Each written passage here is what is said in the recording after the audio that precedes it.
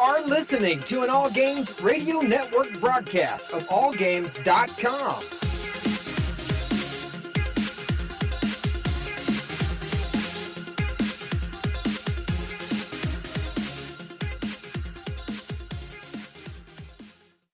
Hi, this is Normie from Knuckleballer Radio and Zombie Cast, and you're listening to one of my favorite shows on the Geeky Antics Network. Don't forget to check out the rest of the gang over at geekyantics.net. Warning, there might be rants and food ahead and possibly inappropriate behavior. Don't tell anybody though.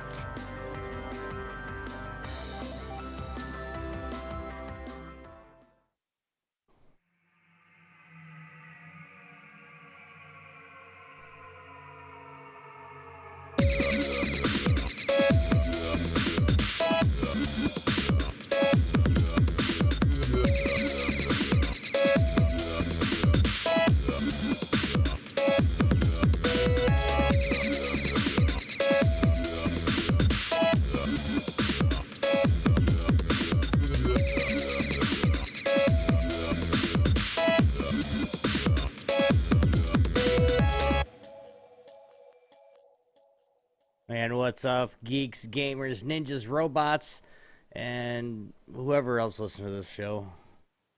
Basically everybody else. This is HorsePlay Live. Today is Thursday, March 24th, 2016, and this is episode 119, cleverly titled by Yogi, Racist Robots and the Division Week 2 Report. That's what I said, by Yogi. So, but anyway, you guys know... What? You guys know we're gonna get into this as quickly here, but of course, you guys, everybody knows my favorite filthy hardcore casual, the man himself behind the scenes, the one and only Yogizilla. What's up, dude? What's up? I had to make sure that they knew that you titled this "Racist Robots." Really? What? It's relevant to the scope of our discussion this evening.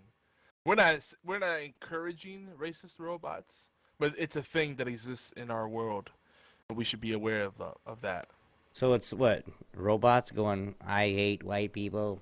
Ha ha ha ha ha ha. What? Really? Sure. Yeah. Yeah. Okay. We'll go with that. Yeah. We don't want to spill the beans too soon. Right.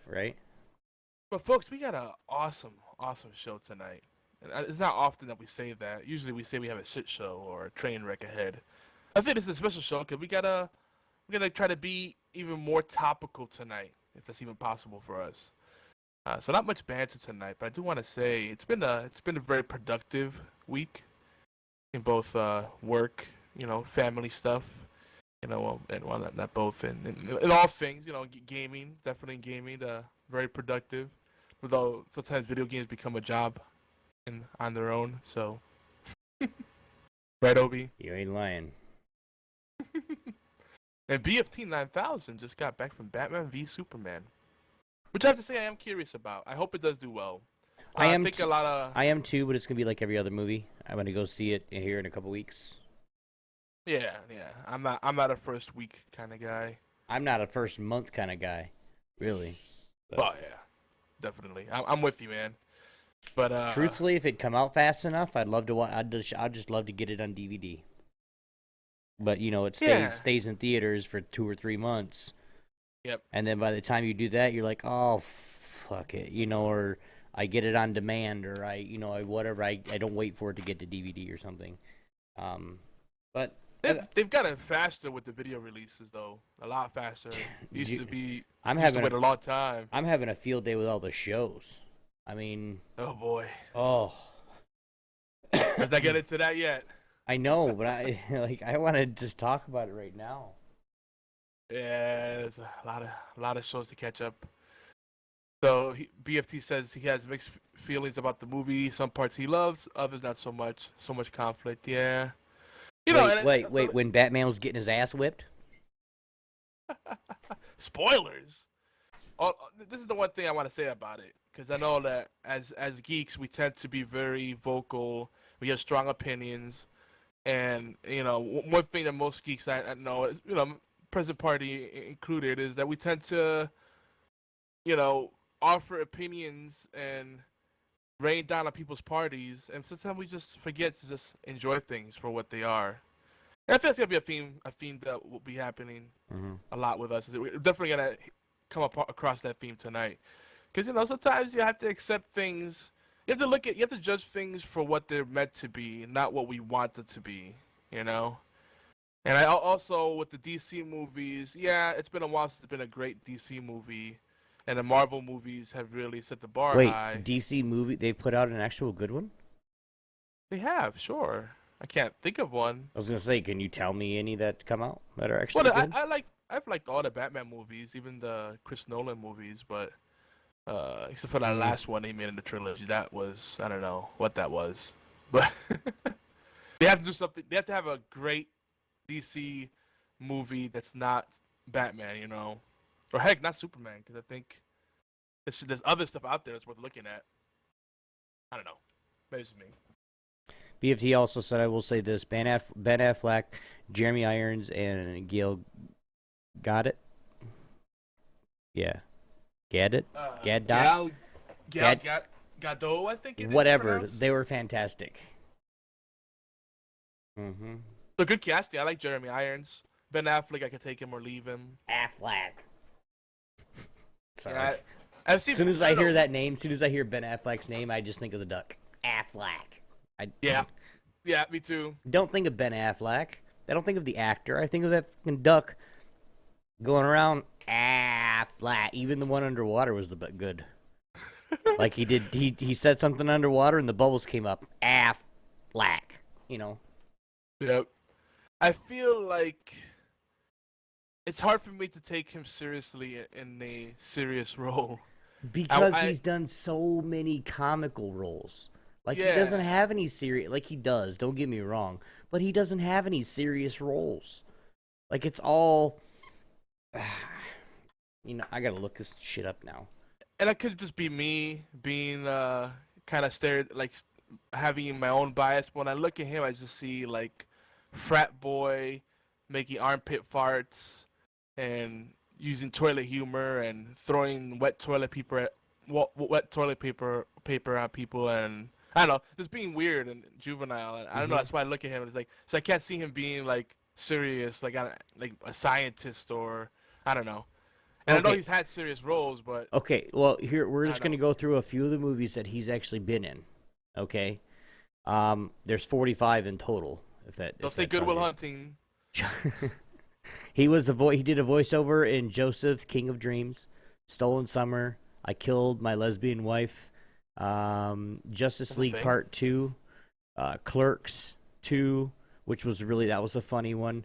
Man About Town, Glory Days, which he was actually it was like a college thing. Smoking Aces, he was in that. He was in that. That was a pretty cool one movie. of the few serious. He was in Phantoms and Bounce. It's a chick Bounce. flick. Was Bounce a chick flick? Reindeer Games too. It was more of a serious type movie too. Yeah, I remember that. Yeah. And then you have, of course, Changing Lines with Samuel L. Jackson, Justice League Part 1, Mallrats, Dogma. He was actually kind of a serious, but he actually made a lot of jokes in that because they were, the Angels of Death who, was going to fuck with him. That was a comedy with some serious themes in it. There's some serious adult themes in it, yes. Yeah. Of course, Daredevil, he was more of the serious type. Okay, so that's the movie we don't want to even remember. That never happened. No, I actually liked Ben Affleck in Daredevil. Just because it was kind of that first movie that everybody's seen, and it was kind of like he actually took it how it was supposed to be taken. I'm not saying he was the greatest actor, but he actually did a decent job in my eyes. The movie that shall not be named starts with Goodwill and ends with Hunting. Argo was another serious movie that he actually did in 2012, and then Girl Gone was another. So he's had a few. Let's just go with he's a good actor. As just me, my personal bias is I'd rather see him in a silly role. Like, you get comfortable. Well, yeah, seeing it's just kind of like in certain roles. It's like Robin Williams or Adam Sandler. You don't want to see him do a serious movie. Well, God, our rest in peace, Robin. But like Adam Sandler. Adam Sandler, you don't want to see him do a serious role. You want to see him fucking, teaching kids how to pee on a wall, or picking on Jews. I don't know. I can only think of those two movies for some reason. Good way to bring it back to the theme of racism, Obi. Well, yeah, he's Jewish. You can't know. Oh, so it's all right. It's all right to hate people as long as they're your people. Yes, like I tell everybody, I am an equal opportunity racist. I hate everybody equally. But Obi, we gotta keep it moving because we got a lot to talk about today. Hey, we're moving. But I wanted to say though, before we make this the Ben Affleck hour, I did want to say that for Retro Friday, I was thinking either this Friday or maybe we could make it a series. Who knows? I'm planning, and this is like 99% certain. Well, let's say 90% certain. Something can happen. You never know. But I think we should play some Madden for Retro Friday. Switch it up. I know we've been holding off on the NES Alphabet Soup series, and I have been playing some Rare Replay for Retro Friday as well, which is fun. But I was thinking, you know what? Madden would be a perfect retro game to play because it hasn't changed for over a decade. True. And we never play sports games. Just the name changed. Sports game. Yeah. Well, I'll be streaming sports games here very soon. Guys, we did. That sounds fine with me, Yogi. By the way, guys, we tried the stream thing, for directly off of Xbox, and it works. I do like it. But it's just that I feel disconnected because I've been PC streaming for so long. I feel disconnected from people since I don't have, it's not on the PC. I'm actually streaming off the Xbox. It's just weird. I want my camera back. I want, to be able to loop it around to where I can hear people in TeamSpeak as well as on the game. And yeah. So we're going to be doing more sports games, of course, but Madden, definitely. You're going to lose. But we can play. We can do some drafts. You know what I'm talking about? How about we both just play with the worst teams we could possibly think of? Or we can do that. Or there's other things in there, and there's like skill challenges and stuff like that we can actually. I'm pretty sure that we can do. We can always play a couple of our weeks with the franchise. You can actually join that. Here, pick your team, whoever you want to be. Even if you pick the best team in the NFL or in the league right now, we don't care. We just want you to join. So, if you guys want to join, you guys can. Hit me up on Xbox. The Xbox Live will be 1x2. Or hit up Yogizilla. He'll give you the message. Just tell us you want to join the league, the Madden League. So, right now we got 4 people. And I usually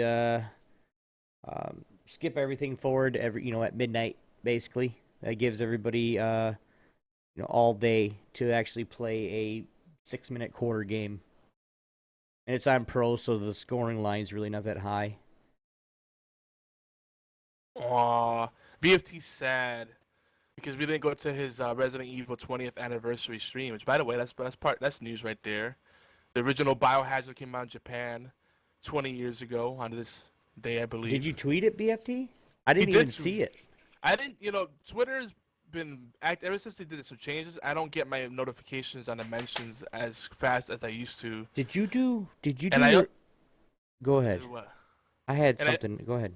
Well, I also been getting so many mentions and messages on there, and it's been overwhelming. This is what I want to suggest to everybody. We need all our stream team members to plug in. And it's a benefit to you, and it's a benefit to everyone else on the team. We need to have a meeting. At some point. Obi, you're jumping the shark. This is a voluntary operation. No one's getting paid for it, but it's your benefit. We are getting tons of traffic on Google. People are finding us in searches. It's going to put your brand out there. Don't think about it as, it's going to help you guys out. Yes, it'll help us out, but it's going to help you out more. How about this? That's why we can't. No, Obi, let me just finish. It's a very simple opportunity. Almost everybody that's part of our core team has access to post directly to the Facebook page. We have over 3K likes on there alone. Post on there. all the stuff you guys are sharing on your personal streams, put it on the Geeky Antics page. It's all relevant. You're talking about comic books and movies and video game news. Post it on there. If you have a streamed an event themed stream, post it on there. Now because yes, Twitter usually is the best place, but yeah, hit all facets because lately for me, Twitter has been overwhelming because I have so many people saying, "Hey, I want to join the gang. I want to be part of the stream team," and I'm putting all that stuff on hold because most people aren't serious enough about it. They don't want to do what it takes to really be part of a team. They just want to be on a roster and then just ride our coattails and not actually contribute. Right, and that's what we talked about that here. We talked about it for an hour or two. Now, if you guys, with everything Yogi said, yes, definitely go on the Facebook. Post on there, post wherever you guys can.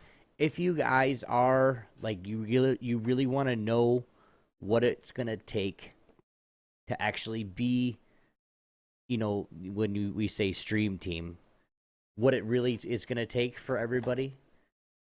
Hit me up. I'm not gonna say it on here. That's too much to talk about. But hit me up, Obi1X2 everywhere. You guys can email me, anything. Hit me up on the website. Hit me up on Skype, Xbox Live, wherever. Not Skype because I'm never there. Twitter. Hey, I want to talk to you about the stream team. I'll tell you what it will take, and then you can make your decision based on what I'm saying. So it is a lot of work, guys. But let's start, like he said. Let's start posting. Let's start. Even myself, I'm not excluded, guys. I am one of the worst gang members, I swear. I still hold the title of worst social media person, just because I just suck. I'm learning, but I'll do it. I'll help out. I'll post, but I want to see other people posting too. Yeah. Like post on the blog, or leave comments, and it's not a usability thing because other people have figured it out. It's just people just lazy. It's just doing it. I can't chase down everyone. Obi can't chase down everyone. It's just unrealistic. For me, I'm the one handling all the day-to-day stuff on the network. I just can't go after everyone. Now, there's two sides to it too. There's the fun, there's the community where you're part of the gang, and that's just casual. But if you really want to be part of what we're doing and part of the vision and be included in our activities and things going forward, really be part of the core team, that's a whole different ballgame. So we have a lot of people listed on our team, and some people may say, "Oh, I barely see those people." A lot of those folks work behind the scenes. They contribute in their own way, and a lot of those folks are founding members that are, really instrumental in shaping what we are today. But as far as today, we need people that are visible. And it can help us with the engagement on social media. And it's, again, simple opportunities. A quick comment here, a tweet there, a Facebook post there. These are things that people are already doing as it is, but they're doing it on their own channels, their own pages, their own streams. All you got to do... Go ahead. Sorry. Oh, if you post something on your stream, it's a simple go to your stream, share, and then reshare it to the page. Done. Yeah, you're already it's doing like 2 it. clicks, guys. Seriously, you don't even have to write anything in; just share it. But I don't want to get off on that tangent because we got to keep moving. We got stuff to talk about. We got stuff to do. I'm waiting on you, bro. But in case you guys were wondering, our opening theme is actually jet lag dubstep, not Robot Bunny. I actually had been writing the wrong one. Robot Bunny's our outro. My bad on that. I was giving Obi the wrong information. It's because I knew that all along, but I was kind of dyslexic about it. So jet lag dubstep is our intro, and Robot Bunny is our outro, and they're both provided royalty free by TechnoAxe. That's Techno with a K. You go to technoaxe.com for royalty free music, and it's awesome. But Obi, what do we have tonight on the show? Tonight on the show, guys, in the news, we'll briefly look at a few headlines that really tickled our community a little bit. Had people talking. What have you been watching, guys, and playing? We're going to tell you here soon. Let's share once again because, well, it's what you do on gaming podcasts, really. So we're also going to try to pack in more topics as we didn't derail enough already. We're not derailing, but we are, so we're trying to make it smooth. Yeah. Affleck. Yeah, Affleck. Also, we're going to continue our report on the division in week 2, experiences and what's to come. And we're talking about streams and what we're going to be doing here in the future to push it a little bit just to get more of that community play. So, by the way, guys, if you're new to the show, welcome to our silly party. Woo! Finally. HorsePlay Live is where geeks come to play, and 9 times out of... fuck it. We get in trouble all the time. Yeah, we're like the bad kids at school, but smart. That makes sense? Yeah. Right. We're the flagship talk radio show for Geeky Antics Network in collaboration with allgames.com. Our show covers all the aspects of geek culture with a special focus on indie and strategy games, technologies, rants, issues geeks face, and community events we like to be a part of or we try to put on ourselves. Did I mention we rant? We rant a little bit. A lot. You may have. No, it's not a little bit, guys. Like, we can go off on something that's just totally like this right here. I'm derailing right now. We rant. That's just how we are. If we're not ranting, it's probably not HorsePlay Live. Or we're sick or dead or something. Sometimes we even talk about tabletop and retro gaming and food. Why? I really haven't found that answer out yet. When I find it out, I'll let you guys know. Promise. Yeah. As of right now, Yogi, let everybody know a little bit more about the show. So HorsePlay Live, this is the show that really kicked off the branding of our network as Geeky Antics. We existed before the Geeky Antics name, but when we shifted, we said, we need a show that's gonna be the flagship show for the network. We have an open format, talk about all facets of geekdom, and and kind of have our vein on the rest of the network where everybody's doing it on a stream team and the podcast team and the editorial team and blah blah blah blah blah. Mm-hmm. That's what we are. But we're also live in the cut, and we're late night, and crazy things happen at night, and they will happen, and it's pretty zany sometimes. I'm gonna warn you. We might offend you, and we might tickle your pickle, and you may not like it, or you may like it, and either way, it's cool. But just have fun. That's the main thing. Because when they want HorsePlay, you gotta expect that there's gonna be shenanigans. And really, if we say something you don't like, get over it. We're not gonna change no matter what you say. Even if your name's iTunes. Don't forget, guys, geeks. HorsePlay Live is every Thursday at 11 p.m. Eastern Time, 8 p.m. Pacific, on Twitch channels Geeky Antics and simulcasted over on Yogizilla. HorsePlay Live replay is also available earlier on Thursdays about 5 p.m. Eastern Time on allgames.com. Truthfully, honestly, guys, give us 5 to 10 minutes of your time. Don't care what you're doing. If you're at work, just play it, put it in the background, mute it, do whatever you need to do. We really could use your guys' help in giving us, give us some listens on all games. It really does mean a lot to us. We really love to do this, and we want to see some numbers. We really do. And you guys can help us do that. So help us out, guys. But it is time. Like I said, we're going to go into it. I have lots of things that piss me off daily, hourly sometimes. Oh, you don't get. But I don't want. We're not doing a podium. Can you let me finish, homeboy? Mother flowers. You lost it. All right. That's fine. I'm teasing you. You'll get your Obi on the podium. No, I don't want it. You can have your Obi podium. You want the Obi on the podium? No, I don't. I made you a new podium. Yeah, good for you. And now it's time for the obligatory news and rants. Ding. It's a little late. So, wait, no, it was just right. It was right on time. So, folks, Twitch party chat support on Xbox One. I know Obi's excited about that because that'll enhance the streaming experience. So, no more convoluted solutions to getting your chat involved, your voice chat into the stream. And also, it still respects the privacy of people, so everybody wins. Everybody in the party that you're streaming from will be able to opt in or out. You can also mute people and unmute people on the fly. So that was something that was in the beta, in the preview version of the dashboard and the Twitch app, and now it's available for everybody on Xbox One. And the one thing that I like, I know we don't want to rant too much, but the one thing I do like about that, and you guys know how I am, when I have people in TeamSpeak or I have people talking to me, I want them to be able to be heard too, because on the other end, for you guys that are actually watching the stream, all you hear is me. And I'm having a full conversation with like 8 people. Nobody can hear shit. And so you're hearing me like, yeah, that was funny as hell. Oh, did you see that right? And like you're not hearing this other half of the conversation. So I'm gonna love it. Which is it working right now? Yes. So yeah, because I'm And if you need, actually, I'm I gonna can stream send the you an division. invite. I think I still might have codes for invites left for the preview program for Xbox, so you could be part of the early rollouts of features. So remind me, and then I'll try to see if I can hook you up with that. Okay.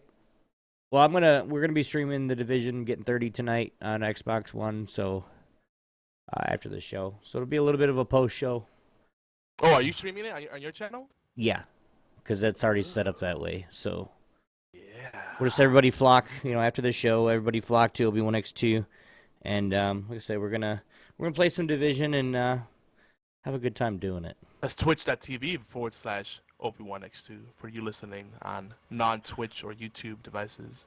The podcast listeners, a lot of podcast listeners still are very apprehensive or perhaps in the dark about Twitch, believe it or not. Well, if they go to obi1x2.com, it goes the same place. So, whatever. Okay. Yeah. So there you go. You got lots of ways to get to the same Appreciate place. looking me out. Yeah. Now, there's a lot of talk about Quantum Break. It's a game that's been delayed, and then there was a little bit of silence about it. People got worried about it. But now it's coming out. It releases in about 2 weeks on April 5th. And if you want a fix on what's to come, you want a little taste, they have the original soundtrack, the OST, which has received some really great feedback.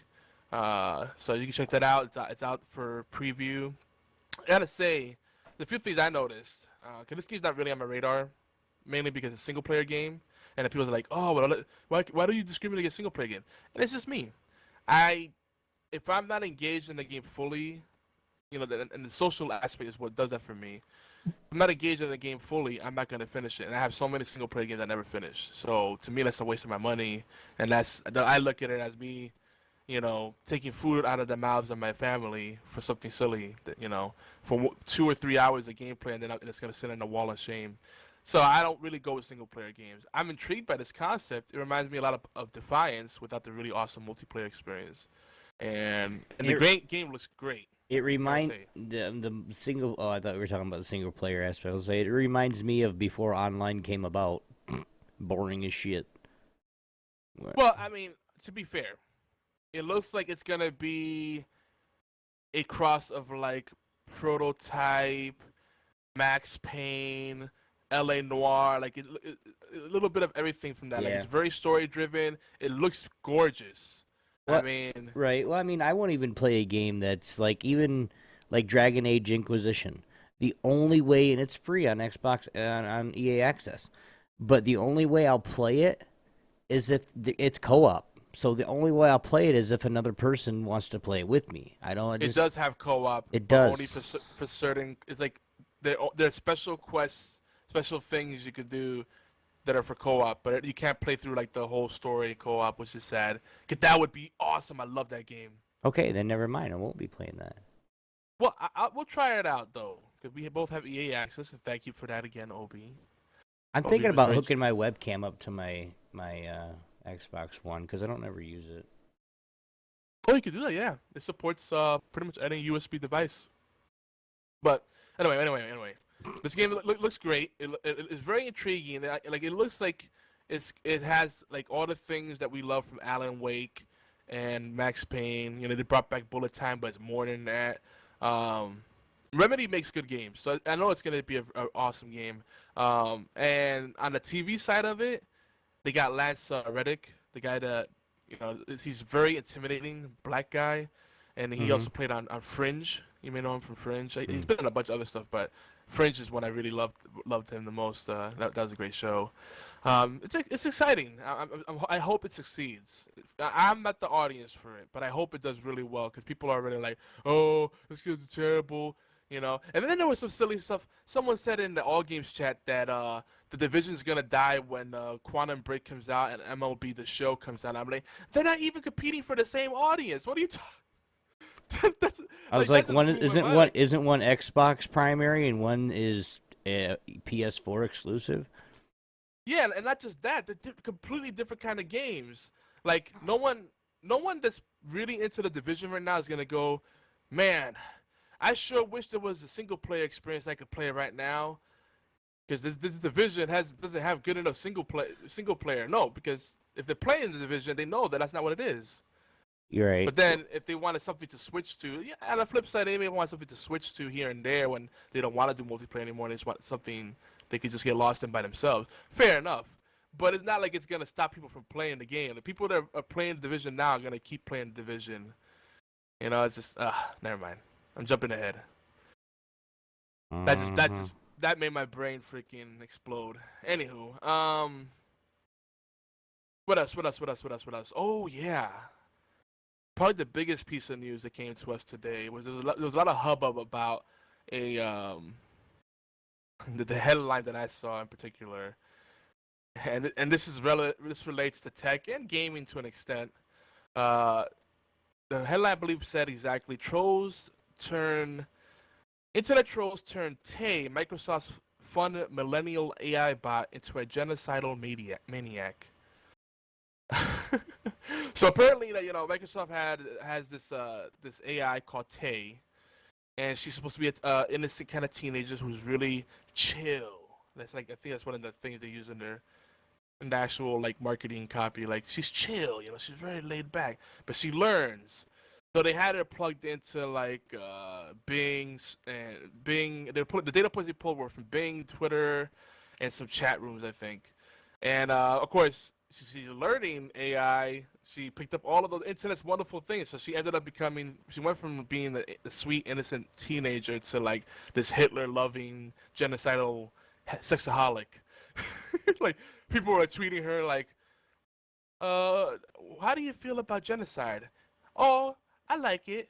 And then it says, so what race do you prefer for your genocide? Oh, you know me, Mexican. And I'm like, wow. So Microsoft quickly shut down the AI and is retooling it. And they realized that they had an issue there with not setting boundaries, and they figured maybe we should have moderated it initially to see what kind of data was taken in as inputs, and kind of protect it better. And it didn't do that. That would have slowed the response of the AI, but it would have made for a more controlled experience. But it didn't do that.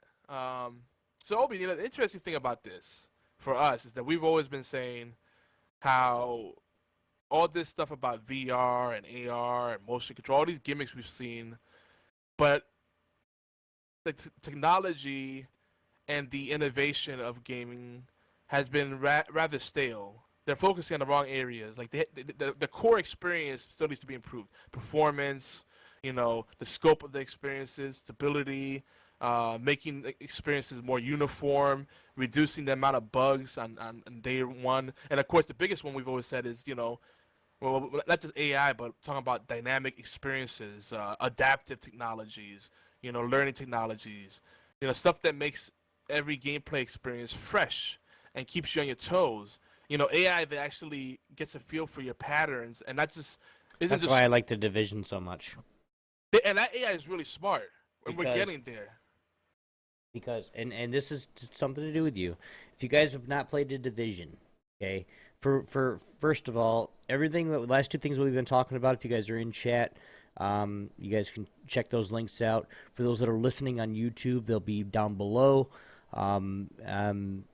If you want to see the links, come to YouTube, or hey, just be here live. But the one thing I do like about the Division, okay, is when you go into anything, they might be a patrolling AI, they might be a stationary to where it's like a boss fight, or they might just whatever they might be. But as soon as they're attacked, they start spreading out, they start pushing, they'll push on the side, they'll flank you, and they'll do a whole bunch of things just to see just from where you're at. So if there's one or two people in the same spot, they rush that spot. Oh yeah. Just to break up the, so you stay spread out. You do what you do. Like, you guys will see it later tonight. We'll get into some actual battles, and by the time I hit 30, we'll start doing some challenging stuff more than likely. And you guys will actually see the AI and how they actually move. Some of the groups, they're down within seconds. So, because we have a crazy fucking tank by the name of Luna. Great guy. But he'll go out. You'll see him. I'll make sure I zoom in on him when we're fighting. He just goes right up to the boss and just starts shield bashing him. Like, what? Okay, Luna's crazy. All in, motherfuckers. He is fearless. And remind me when we get to the division talk to talk about how distinct the different enemies types are. Yep, we will. That's important. That's an important thing. And actually, there's a lot of reviews that are saying that the AI is dumb. I'm like, are they playing the same game? But right. Back to the general topic of AI. 1 second. But if you guys are like, the AI. I don't forgot what I was going to say. I was trying to get it out before you got talking. Go ahead. Oh, I thought you finished. I'm sorry. Well, we're gonna come back to that. Yeah. But the thing that really this whole experience. So the lesson that Microsoft drew from that is that they should have moderated it. But the real lesson might be that the internet will corrupt anything if given the opportunity. Mm-hmm. That's really it. And maybe we're not ready for real AI. I think with AI, the important thing is to create boundaries. Mm-hmm.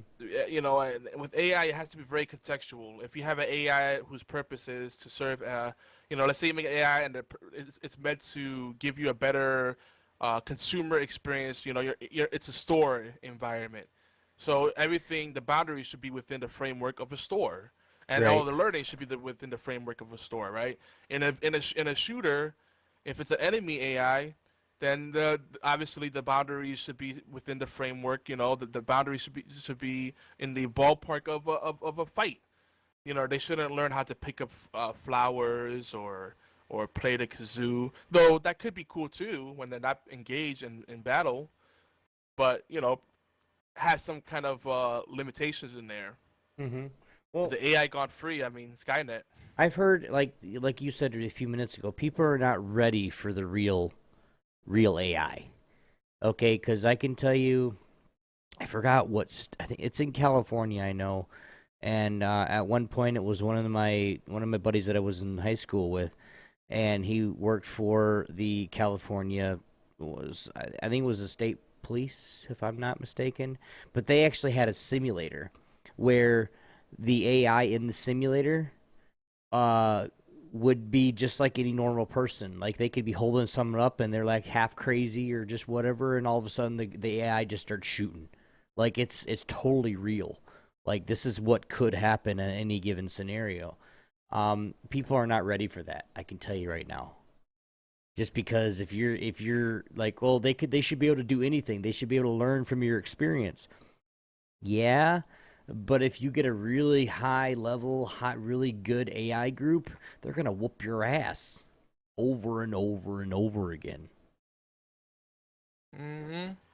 Well, we'll definitely dig deeper into the division side, but that's pretty much it for the news. We do have some quick deals for cheap bastards. And anyway, we'll see. We'll see if Tay comes back. By the way, that'd be fun. That's a fun project. I like all this stuff. Like, IBM has Watkins and can play a perfect game of chess, and Microsoft's doing Tay. I think it's cool to see AI because there's a lot of important lessons there. But anyway, deal for cheap bastards. So on Elder Scrolls Online, crowns are on sale. I think they're still on sale. They may not be on sale by the time you listen to this, but check it out because Thieves Guild came out. Thieves Guild is going for around $20 roughly in crowns. And I'm gonna warn you, Thieves Guild does seem to cater a lot more to single players. So if you're one of those weirdos that plays MMOs but you like to play solo, then this is perfect for you. But if you actually like co-op stuff, you might be a little bit disappointed. It is a beautiful world, the new area and all the new content there. But I'm not gonna get too deep into it. But crowns are on sale. I think they're like 50% off right now, so or something. Maybe not that much, but it's a good deal. It's a good deal. Also, the last thing I saw that was really big on Xbox Live, Xbox Marketplace, they had Killer Instinct Season 2 for like $13. And with for EA like the Access, Ultimate Edition. Killer Instinct 1 is free.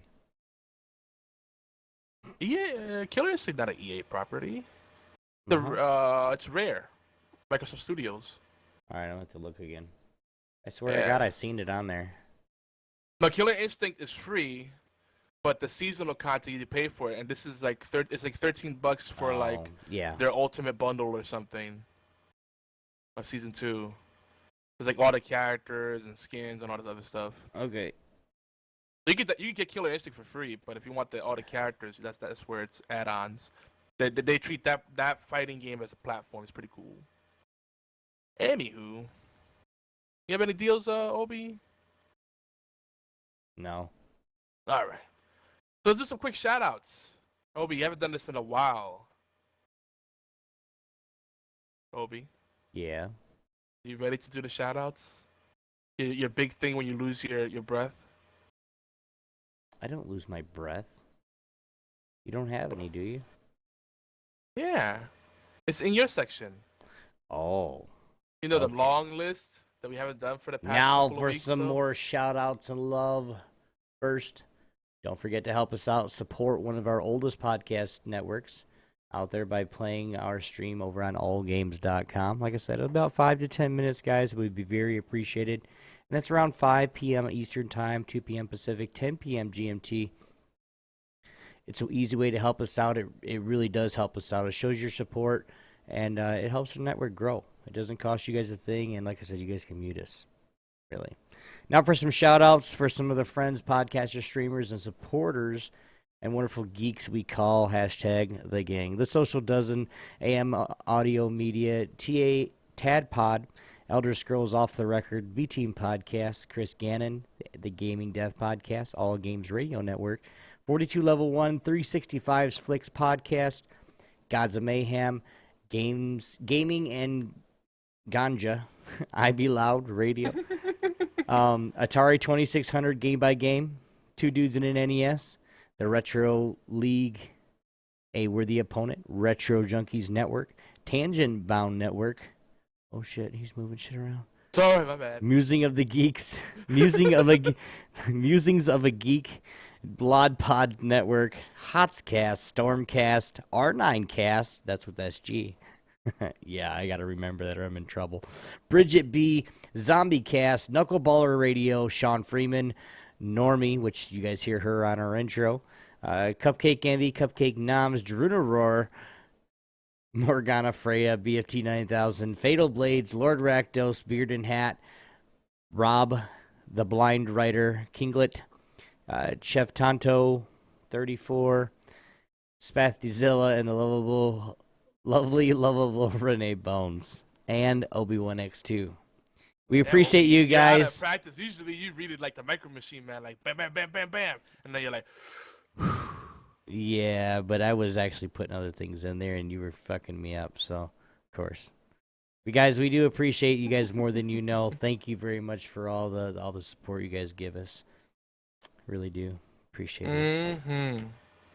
Indeed, and don't forget, folks, that our latest shows can be found. And also not just our exclusive Geeky Answers show, but also the shows that we syndicate. They can all be found over at geekyanswers.net/podcast, including the Social Dozen. Better make sure you check it out, yo. Also, don't forget to check out our sponsors and our heroes. TSD now. Stop it. The Social Dozen. Check out our sponsors and our heroes over at geekyantics.net/sponsors. Do the social thing. Click, like, subscribe, comment. Heck, maybe even buy some stuff if the mood arises. That'd be great. They'd love that. But, folks, real quick, it's time for Obi. Quickie. Folks, obligatory ba ba. What's ba? The ba is what we've been playing, what we've been watching, what we've been playing, what we've been watching. It's like a broken record because everybody does that, right? But we got to do it because, it's the only place we can fit it in. 'Cause if we do it in the opening, we'll never get to what we got to do. Mm-hmm. So we'll do it real quick. We'll talk about what we've been playing, what we've been watching. I'm going to focus more on what I've been playing. If I get into the TV stuff, I know we've been foaming at the mouth to talk about all the stuff that's come back from the break. Well, all I'm going to do is I'm just going to go through the list for mine because I'm not really playing a lot or like a huge amount, but I'm watching a lot. Like I'm Hulu, I love you. Your list is pretty much my list anyway. Fifi, I love you for getting this on Hulu. Like I don't have any commercials and I just watch. Oh, like I record on my DVR like 3 shows. But anyway, go ahead, Yogi. So where to start? So my Singing Monsters, I had mentioned it before, and my wife finally wrote me to play in it, and I joined the family tribe. We got all the kids and the whole family in it. It's one of those games where it's like, I really shouldn't be enjoying this as much as I am, but I am. It's cool though. Like I gotta say, like this game has 3D sound engineering. So as you move around your island, you can hear the direction of all the different singing monsters, and you can focus on one monster and hear their part of the song. And then if you zoom out, you hear the whole song together because they all make different sounds, and when you put them together, they make a song, and it's pretty crazy. But after you take that apart, all the cutesy wootsy and the part that you're building and there's resource management, it's typical mobile fare. It's you have this much time before you can come back and collect your money, and then you come back and it's like Farmville and all the other kind of games. But it's cool. It's cool. It's quick. It's a little quickie. Doesn't really demand much of your time. Just check in every now and then, collect your stuff, plant more stuff, feed stuff, blah blah blah blah blah. But it's neat. Check it out. And there's some really creative people the way they design their islands. They do some really creative stuff with the lighting, making like animated scrolling text and going beyond what the game is intended to do.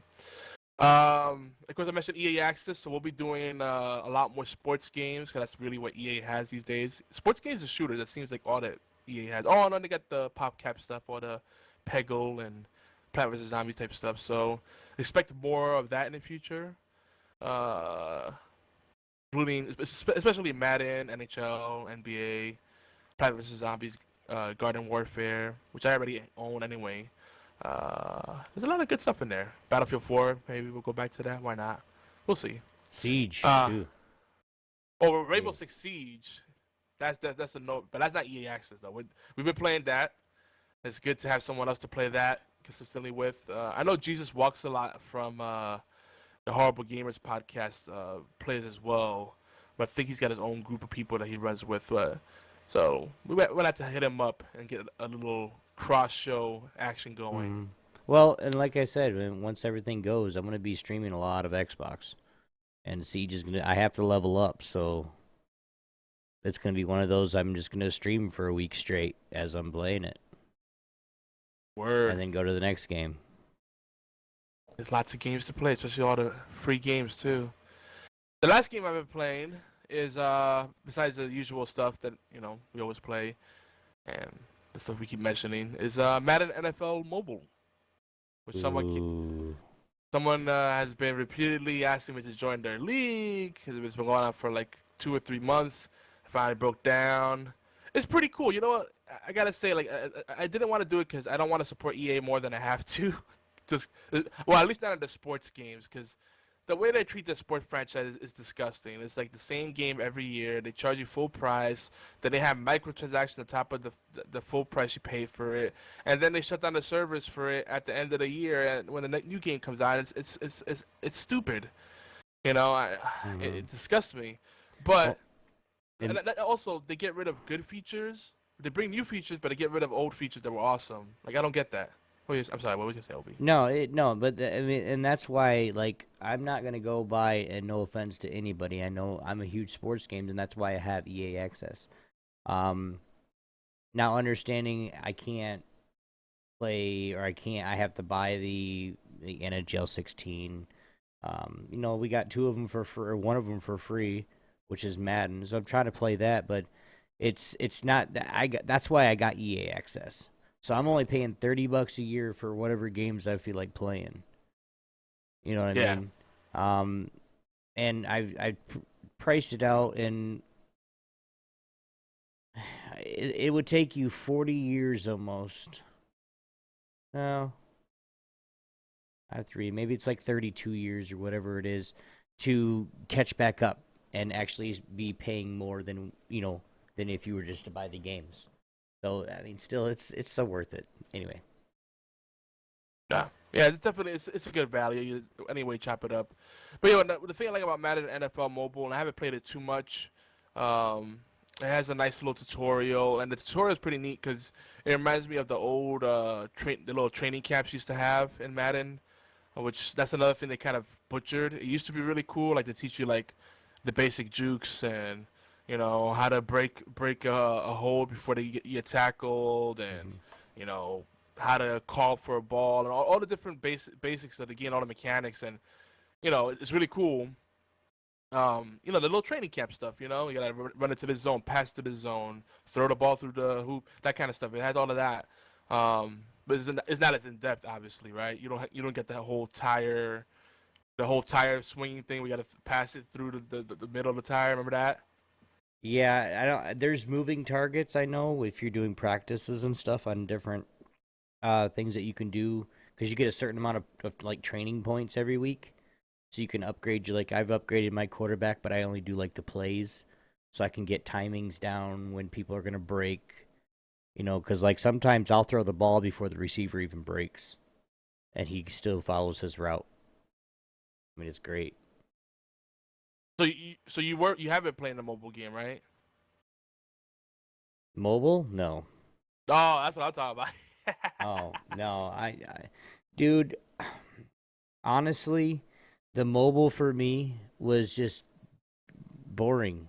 I mean, it was good, but I had to do too much. And is it mobile as in like iPad mobile, or is it Yeah, just phone?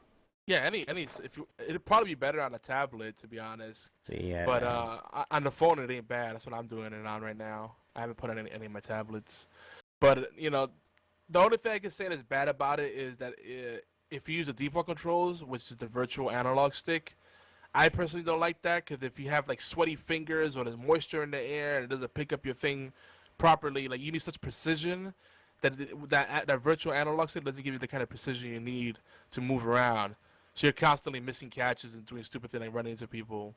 Now I like the tap controls. That's more like RTS style where you gotta like tap to change your path, and that Mm-hmm. actually makes more sense for me. So with that, like it's a completely different gameplay experience. So I like that better. It'd probably be even sweeter with like a little gamepad, but then at that point it's no longer really a mobile game. Yeah. You might as well play it on PC. Yeah, but it's cool because like each event is very quick, so you can do a lot of stuff. Check in, do a few events, whatever, and then bounce. But if you want the long form stuff, you can actually do seasons and actually play out full games. And it puts it's Madden NFL on rails.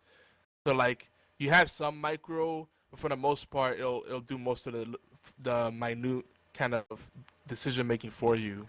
It's neat. I like it. It almost reminds me of Madden Arcade. Remember that? Yeah. Where it's just streamlined to the bare essentials. It's kind of like that.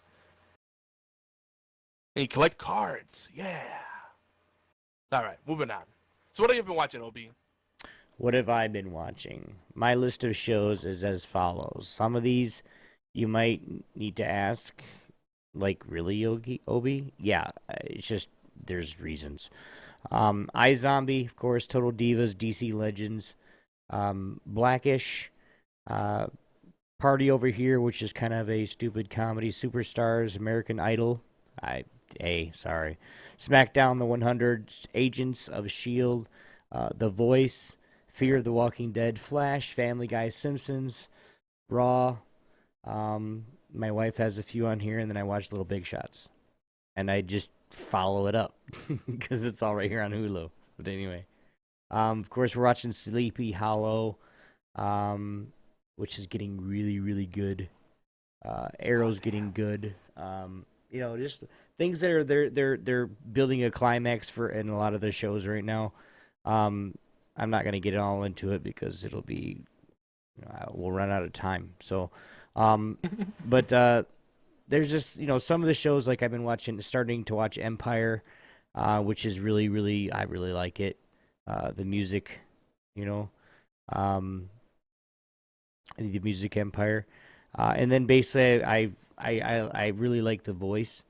Because then I get to hear people that you look funny as shit. Like they're funny looking, but they can sing like a damn, right? and I like that. And of course, who doesn't like Family Guy?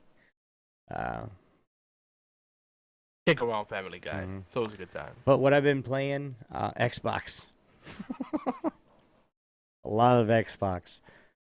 We are going to be getting back to, of course, we're the Division on PC. We got the 30 there too, so we're actually going to be doing other stuff on PC and Xbox. A lot of it's going to be on Xbox right now because you guys on PC had your chance. Now I'm going to play with the guys on Xbox for a while and see what happens. So I'm still here. We're still here. The TeamSpeak. The other thing that I want to do is say something right now is real quick is I appreciate everybody jumping on TeamSpeak and chit and chatting with each other. Like at one time today, we had like 22 people on here. That's awesome. So, yeah. I saw. I lurk on there all the time. Sometimes I'm dragged Mhm. into a chat and I'm like hearing things in the background. Like, what is that? Oh, hi guys. Yeah. But yeah, Mm-hmm. Rarapuda have been putting some time in TeamSpeak on Minecraft. I saw that too. Yeah, he's been taking some initiative. I've been rolling with him for a while, so I'm glad to see him stepping up. People naturally rise to the occasion. You shouldn't have to. We don't have to hold your hand to teach you how to be a grown adult and do things and be helpful. Oh, hey, let me mention this real quick. Uh-oh. I know I said I played just Xbox, but guys, listen good now, y'all. We like I was saying, we have Madden that we are playing right now. We're playing a franchise, a linked franchise. So basically, you pick a team, and you play that team. You go through the picks and at the beginning of the year and all that other stuff. So it'd be a good way if you guys have it, or if you guys are thinking about getting EA access, maybe just because other people play. Hey, Battlefield 4's on there too. I'm starting to get the thing of the handle of the stick, so let's play. But anyway, if you guys are thinking about it, come join us. Let me know. We're trying to get the hockey. I don't think it's gonna work, Yogi. The hockey franchise. Boo. Freaking EA discontinuing their online support for games. Meh. Wow. I'm just saying, that's what they do. Pisses me off. So we're gonna do something a little crazy before we jump into the division talk. And actually, if anybody does want to join us, feel free to hop onto the TeamSpeak. If you're on our channel, just do bang TeamSpeak or bang call in. That's bang is the exclamation mark, and then it'll show you how to join us live, so you can be part of the conversation. You can also mail us, email mail@geekyantics.net. Tweet us at Obi1X2, at Yogizilla, at Geeky Antics. We got a Facebook page, facebook.com/Geeky Antics. We got if you Google Geeky Antics, you find all that stuff. But you know what? We would love to have more voicemail. Not just the iTunes review, we mentioned that already, but voicemail and text messages. Everybody has a phone. If you don't feel like calling or you don't like the way your voice sounds, leave us a voicemail. What's that line? What's the number, Obi? Damn it, you had to cut me off guard.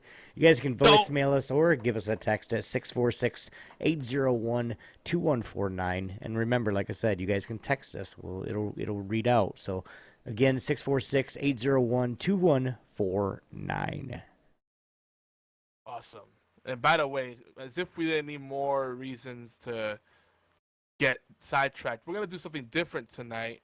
We used to do a thing called free balling, and we don't normally get around to free balling because we have so many, topics to discuss, and we go deep on them sometimes, or we just start talking about food. So stuff happens, and we don't get to it. But I want to try something different. This is a follow-up quickie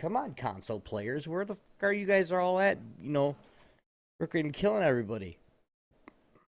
Well, I think on that end, what's happened is that a lot of the people that were really aggressive and were treating it like a run and gun kind of arena shooter, like Call of Duty or Halo or Gears of War. Mhm. Well, like Gears of War still has a tactical element because it has the cover-based system. So we'll kind of put that in the middle somewhere. There's still a little more strategy to that game, I would say. But you know, Halo and Call of Duty are more about running and gunning, and it's more fast-paced and silliness, right? Mhm. Where this, you really have to like work as a team and there's no real lone wolfing. If you lone wolf, you're gonna be very sad. Unless you had that one guy that we had earlier. Well, even him. He was a but, tank yeah. though, so whatever. Yeah. But he can't. He doesn't do that much damage. He can just eat all the bullets he wants. But I think people just finally. I think those people have been weeded out. Mhm. So now the really overly aggressive people have, returned the game or smashed it on the floor, whatever they did, and went back to Call of Duty. So thank God for that. Well, and I'm really happy about that. I'm really happy that those guys are out because it makes it more like I'm sitting there thinking, and you guys all know I'm not a big console player. But so the first thing I'm worried about is like, man, how am I going to shoot? And then they're like, it's aim assist. You can do it. You can, whatever. So like, still, I'm thinking about I'm going to have all these freaking 13-year-olds or freaking 8-year-olds coming up and beating my ass, or just whatever. Because I'm old, guys. Yeah, I'm with you. Like, I like the potential for PvP, but I want PvP to have purpose. And I think for structured PvP, they might have to make another game mode for those people that just want to just shoot at each other with no repercussions, and they could work it into the narrative somehow. Rather, because in the Dark Zone, if you start attacking people, you go rogue, and it's considered a bad thing. Uh-huh. So the only reason you really want to go rogue is if there's a purpose to it. They stole your stuff, or maybe they looked threatening and you didn't like the situation, so you figured you'd get the first shot in. You have to kind of size up each situation. And initially, everybody was going to the Dark Zone thinking it was just a PvP area, and they were just fighting for the sake of fighting. So now, like, it's actually been weird. Like, we've gone in to farm the DZ, and there hasn't been many player encounters. Like, it's been really quiet, surprisingly. You'll see people running around, and they just keep moving and doing their thing.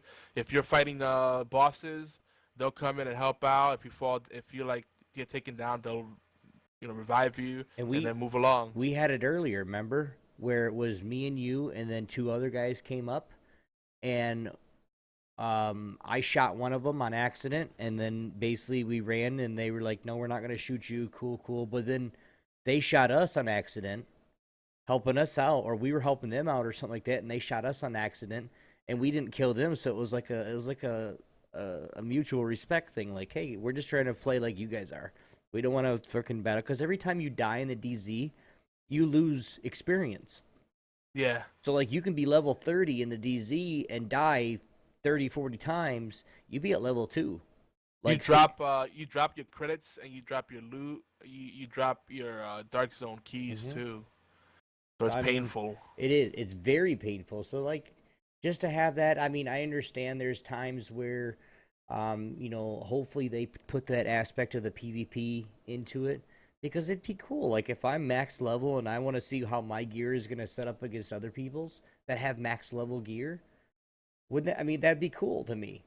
But now they're pushing more of the team-based, where you need that 4-man team where we're ready to do inquisitions. Wait, what's the word? The incursions. Yeah, incursions. And it's just harder mobs, so like better gear. So it just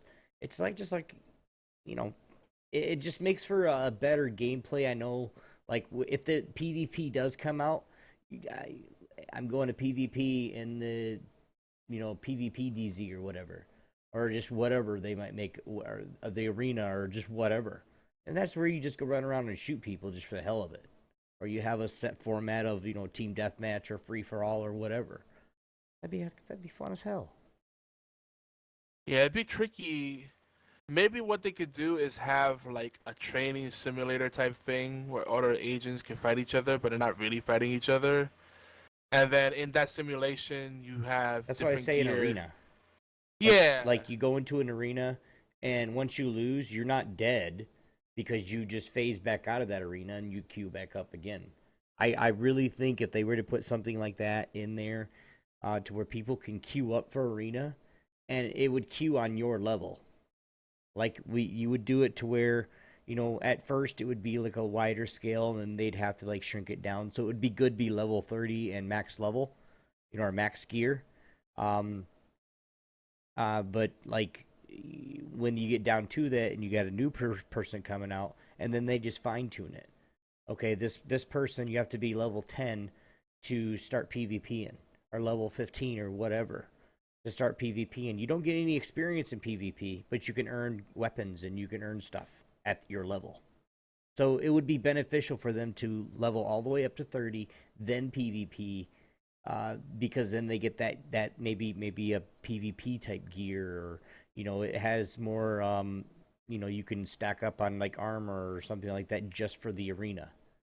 You know what I mean? Yeah, that's what I was thinking. Like, it could be something where you have gear that only works in the arena because you're like an avatar. You're not really a person. Yeah, it's basically you're just phasing into an instance, and then once you die, you phase out. Or once the game's like over, you can phase out. Yeah, kind of like that. Yeah. So they could totally do it. They could totally do it because obviously the technology exists in this futuristic, semi-futuristic world. Yeah. So, yeah, I think that'd be cool. Because otherwise, if they try to integrate it into the overall world, like they do with Dark Zone, it's gonna be really hard to balance it. That's the issue. If you look in the map when we get on later, look on the map.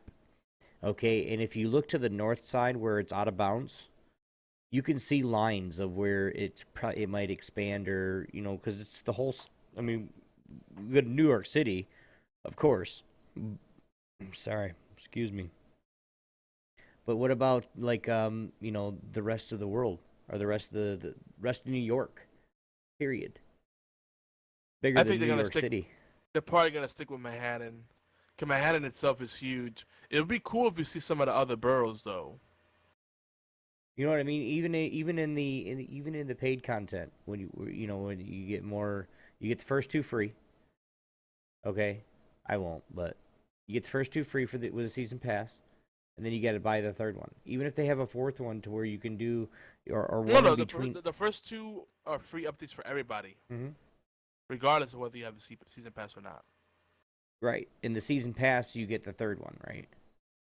The season pass is 3. It covers you for the 3 expansions that are coming out this year.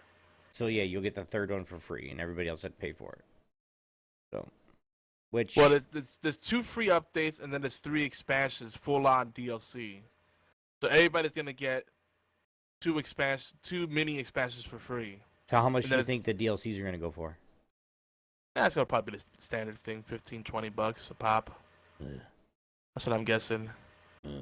So that's the people are asking, well, is season pass gonna be worth it? I don't know. I think I might just pay for it as it comes along. Yeah, I think so too, because then I can actually get it as it comes, even if I have to say, you can pre-order it on Xbox. On the marketplace or something like that, it's easy enough to put some Xbox points on my account.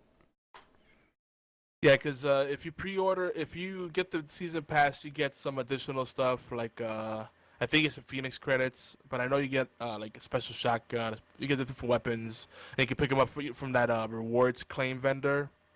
Yeah, just like if you pre-ordered if you got the pre-order of the Division. You actually got extra codes, but you had to do it was all electronic.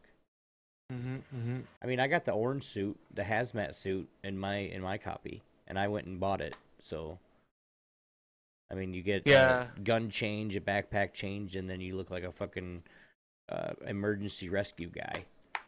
Hey guys, look at me, shoot me, motherfucker! You made me think of Gordon Freeman from Half-Life. But I didn't get that. See, that's the one bad thing about Amazon. You get a really good deal on Amazon, and it's no hassle. But a lot of the extra packings you get for pre-order, you don't get. But I don't care. I say 20%. I bought the game for $30. I can't complain. No, you can't. I got the hooker price, you know. Some key questions, Yogi. What? Oh, we're not gonna do the key questions just yet, or should we? And then we'll go into the. Or do you want to do the questions first, and then we'll get into some of the user reviews? I think we should do the user reviews first because they're pretty funny. I don't know. Go ahead, man. I don't know because Hop it out, these bro. questions. Yeah, let's do the questions first. You're right. So we're not gonna be asking these questions right now. These are kind of just some things for us to think about, and we'll be thinking about these questions as we continue to report on the game. So we won't necessarily answer these questions tonight. Okay. But one of the things is, did Ubisoft or Ubisoft, whichever way you prefer, I know there's no wrong way, did they misrepresent the game? No. There's some talking about that, and I don't know where people are getting that from. But some people feel like they've been cheated. Okay. Is this a mere cash grab? No. There's talks about that too. I'm like, huh? Do people understand this is meant to be a co-op PvE experience? No. Obi types in, hell no. I'm typing my answers right now. Why are people insisting on doing pugs, pickup groups for the uninitiated, and matchmaking when they have friends that play the game? Do they not have friends to play with?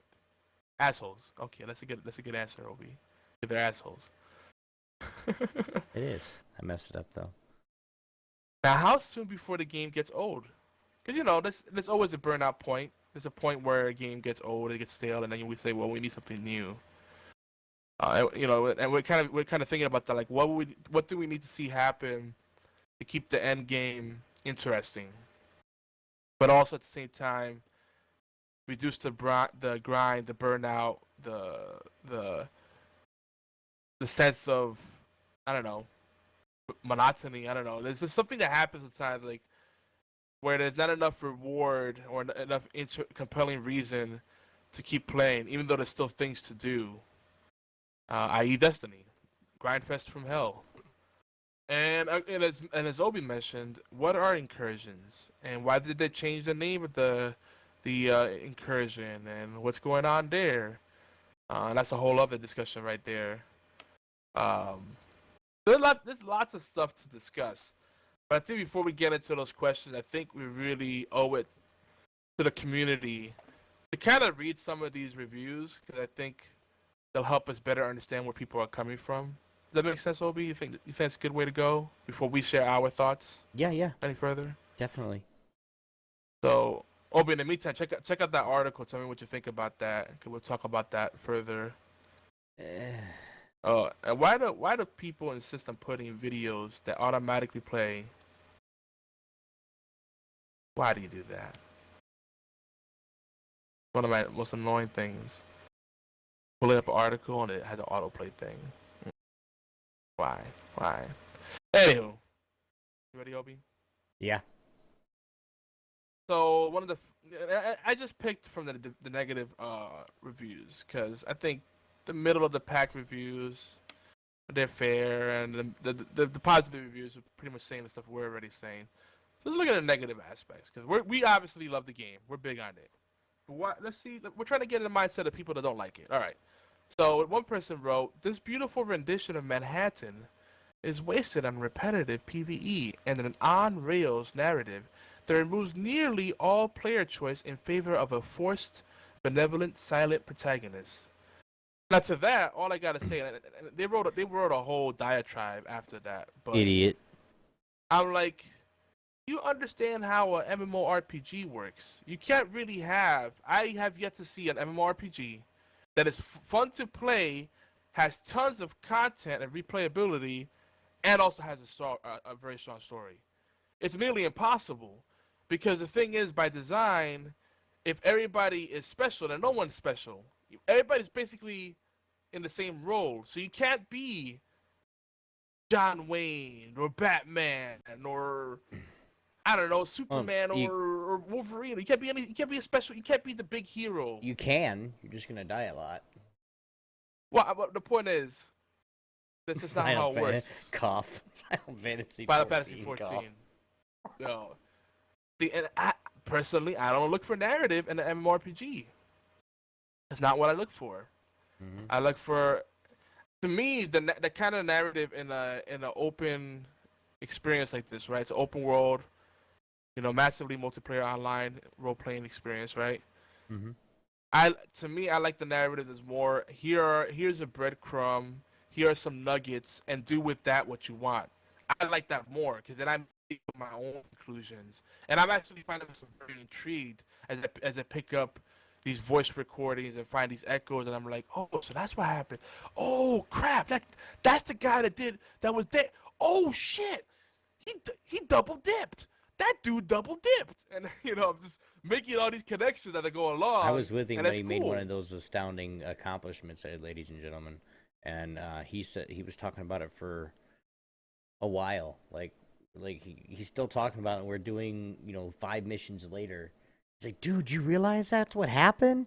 Like, dude, this guy. I was like, yeah, Yogi, yes. And then finally he just stopped talking about it. I'm like, what's going on, Yogi? Never mind, you don't want to know anyway. Anyway, but, and I like that. Like, that's good storytelling in this context. I think a single player experience lends itself to better storytelling because that's one of the few things it has to hang on to, and it's a different kind of thing. If this game was really heavy on the story, because there are some elements that are lazy, right? Like they have the JTF, the Joint Task Force. They could have come up with something a little better than JTF. That's pretty uninspired, but whatever. It's not necessarily the best writing in the world, and it's actual fiction this is based off of. But it's not, it's about the experience to me. I think if they went on the video game side, they went really deep on the story aspects, it would detract from everything else. Mm-hmm. That's what happens 9 times out of 10. Show me a game that has a really strong story that people say, "Oh, this game looks beautiful and has a great story," and I probably found the same game is the one that has shitty gameplay. And I'm sorry, I'd rather have the gameplay. Right. Another user come up with what a crummy, repetitive loot-based game. Okay, MMO. The loot is garbage and not even fun. Oh, sweet, a new clip of 1% more accuracy. Yay, flippin' me. This game will bomb faster than Destiny. All the enemies are the same. They all need 5,000 shots to the head to kill. So stupid. Save your money. It'll be half price in 2 months if you absolutely must play it.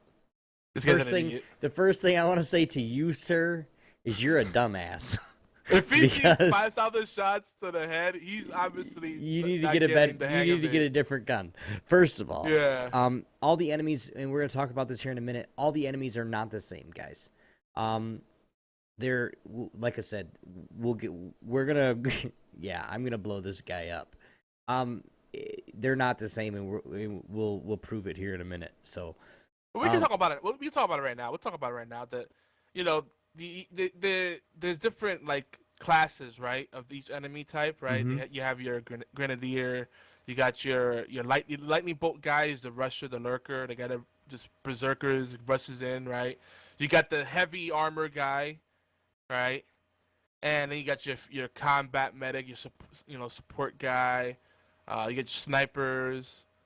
There's more than that. Your grenadier, your basic grunts, your artillery guys. I just went up did a little side mission where I had to. There's a guy and he looks like he's got a little torpedo as a picture, and he'll sit there. He'll lob shells. He'll lob shells, and it'll go boom, and it'll hit you in the same spot.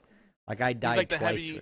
Yeah, he's artillery / heavy weapon. Like he'll have the light machine gun. Yeah. Well, like I mean, there's I counted total. There's 14 different types of guys. Like and each type of guy behaves differently in each faction or gang too. Yep. So like for this guy to say come back and be like, well, all the enemies are the same, and this is like I don't know if Yogi capitalized it for a reason, but it's capitalized. Like, he really believes that they're all the same. First of all, learn how to play an RPG. Fix your aiming. Second of all, if you're actually hitting them or doing damage to them, they don't take 5,000 shots. I can kill 4 with one 30-round mag of an AK. So, yeah. So, what's the next thing? It'll be half price in 2 months. Don't count on it, homeboy. Really. The difference between this game and Destiny is this game's just better. I don't know how to, and I play MMOs, and for those that do play MMOs, you can kind of, think about what it is, and I mean, I understand that it's a grind fest, or it's just not, it's a, leveling fest. I can tell you right now, it didn't take that long to get to 330, and since I'm 30 now, and I have 2 of them, one on PC and one on Xbox, if you guys get it on either or, I will power level you. I don't care. We have a whole group of people, okay, from, I don't really know if what clan is it? Is it NOF? No, it's still Geeky Antics. But once the clan system gets supported, we're gonna roll the tag. Well, okay, then our gang guys, our fellow gang members, some of them have no idea who I am, because Yogi's got to tell them, hey, this is my guy, this is my podcast host, and they're like, okay. Yeah, because console gamers, if it's not on YouTube or Vines, they're like, what? But you mean I gotta read or I gotta listen to a podcast? What's that? Right. But guys, we have plenty of people to power level you. You won't be, as long as you do, and you give us a couple hours, and we can get you quite a few levels. You just got to stay out of the way. Yeah, and that's the thing that's nice about this is that you can power level people. That's something Destiny doesn't let you do. And there's already a lot more variety in this game. And Destiny had to do two expansions before it had this level amount of variety. So, I'm tired of the comparisons. Yeah, the similarities there. Like someone else wrote on Metacritic. Mm-hmm. Who was it? This is a Paladin of Luna. And we'll put you out to Paladin of Luna. Do not immediately fly off thinking this game deserves 9s and 10s. Not in its current state. I absolutely love this game.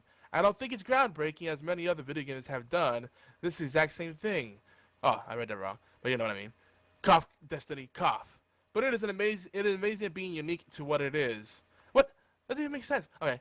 Anyway, it is not overly complicated, and there's no steep learning curve as in some similar games. The gunplay is fairly entertaining, and the powers are fun to use. Unfortunately, this is an Ubisoft game, which means there are bugs running rampant because of poor testing models. As usual for Ubisoft games, they're not fixing them. Remember Unity, kids? Very few updates have come out in the near month that this game has been out. Near month? This released on the 8th. That's 2 weeks. Learn to count. Near month. Wow. And there's been 2 patches already. Already this person has some serious issues. And they do weekly maintenance. The Ubisoft help queue is ridiculous right now and hardly give what could be called customer service at all. Now, I have heard this comment. This is a common complaint. So, all right, we'll give that one to people. Some of the glitches are indeed game breaking and need to be fixed. So that sucks for people that are experiencing that. But this person said they love this game, but then they say it's uninspired. But then they say it's unique, and I'm like, what? And they give it a 4 out of 10. I'm like, guys, if you guys, okay, if maybe any, a 6 or 7. Right. If any of you would ever have the kind of day that I was having yesterday with The Division, I mean, yeah, of course you're going to say shit like this. Having, connection issues or doing whatever, but I mean, some of the things, and I'm reading a couple more of these down, and I want the last one, by the way. I want this guy right here. Oh, boy. But it's a lot of it's like, read the next one. You'll see what I'm saying, guys. All right, so the next one is they say The Division is too confusing for its own good. The matchmaking is so strange that I still haven't fully figured it out yet. Seriously, matchmaking is something that should be automatically done. Yet every time I go into an area where I need a fire team, I feel like I'm always struggling to figure out what the game wants me to do. I'm like, hey, Ubisoft, give me a 4-man fire team and let me play the damn game. That's kind of the voice I heard when I read this. I don't know why, but that's the voice I heard. The squeaker voice, yeah. Yeah. Semi-squeaker. It's a grown man that still hasn't really hit puberty. I'm like, what's confusing about it? You hold X to change the replay a mission. What is it? You tap Y for quick matchmaking, and it says it right there. Like as you approach each thing, it lets you matchmake. Right. You could go into your map and see which friends are on the map, ping the map, and jump into. You could jump in and out of groups on the fly. Can't do that in Destiny without going through 100 loading screens. I'm missing it. What's confusing about it? If anything, it's probably one of the most seamless MMORPGs I've ever played. It's pretty good for the LFG, you know. And you find groups fast. Now the quality of those pugs, that's a whole different story. But again, I'm pretty sure everyone has friends that are playing this, unless you're really antisocial. The question is coordinating with them and making sure that they don't jump into something else before you try to do something with them. You know? Yeah, that's never happened before. Yogi, hurry up so you can help me level. Mm-hmm. Yes. So here's another one, before the one that Obi wants to read. That's gonna be funny. This game has a solid foundation. However, it has absolutely nothing else. It is a shoot and loot with no loot variety, no enemy variety, and nothing of interest in general. This game might be an interesting purchase when they come out with their version of the Taken King. However, I cannot recommend this game. This game. I'm sorry. I'm trying to stay in character. I cannot. You're an idiot. I cannot recommend this game, Kurt, as it is a ripoff and it is just hiding behind this content behind this giant paywall of DLC. Oh yeah, giant paywall. Yep. This is totally a paywall because they come up with 2 free updates. Yep. Yeah. Big paywall. Big old paywall. You got it. Oh, this is ridiculous. I don't know why they're doing this. But however, yeah. Now this is the funny part, okay? And these were copy and pasted right off of the wall, guys. So this is all word for word for these guys, okay? No variety in loot, okay? Well, how much variety do you want? Dude, this game. I mean, you got 3 different. Hold on. It rivals Diablo and Borderlands in a loot, bro. Okay. You got 3 different guns. Gray, or we'll just go with this: uncommon, green common, blue rare. Okay, I don't know if that's exactly what the word for it is, but that's what we're gonna call it. Yeah, then the purple is your pink, whatever, or red, whatever you want to call it. Is your legend, is your epic, and then you have your legendary with your gold or yellow. Yeah, so like you can get these 3 leveling up throughout the whole game. You get a blue, a green, or a white. You get some up to the higher levels, like we did a mission, and I pulled like 10 purples off of one mission.